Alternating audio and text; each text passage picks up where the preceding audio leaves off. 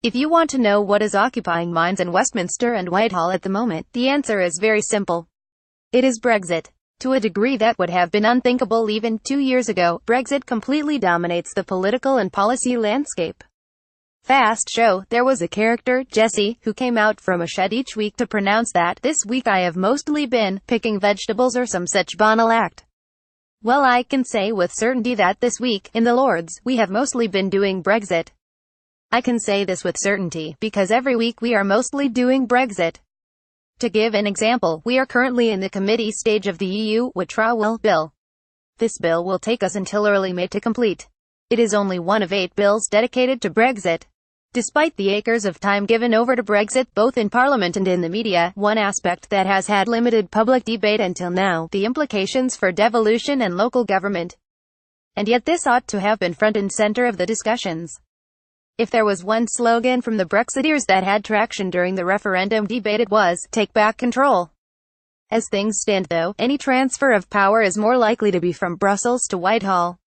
This is a real concern about this for the devolved nations of Scotland, Wales and Northern Ireland, but it is even more of an issue for England, which is already much more centralised.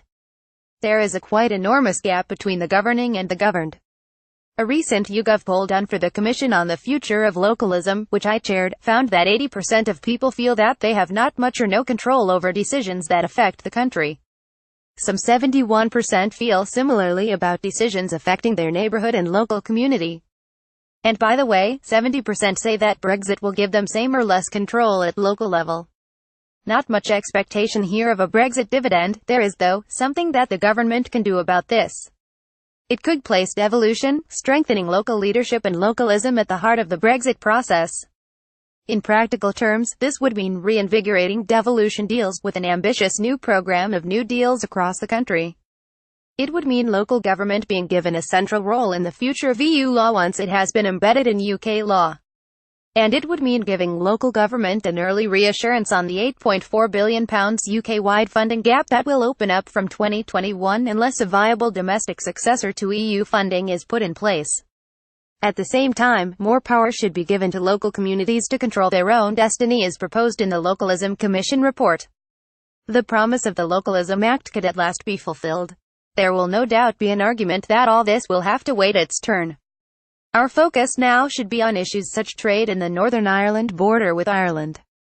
These are of course immensely important and intractable issues. However, unless the arguments for more devolution are made loudly and clearly now, a real opportunity will be lost.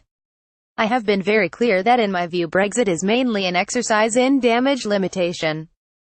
Try as I might, I cannot see the sunny uplands. However, a strong embrace of devolution and localism by the government as part of Brexit might go some way to persuading me and others that there is a benefit that can be extracted from this grueling and seemingly endless process. By Lord Kerslake, former head of the Civil Service and Permanent Secretary at the Department for Communities and Local Government. This piece was originally published in the Local Government Chronicle. The UK in a Changing Europe has released the report, Brexit, Local and Devolved Government.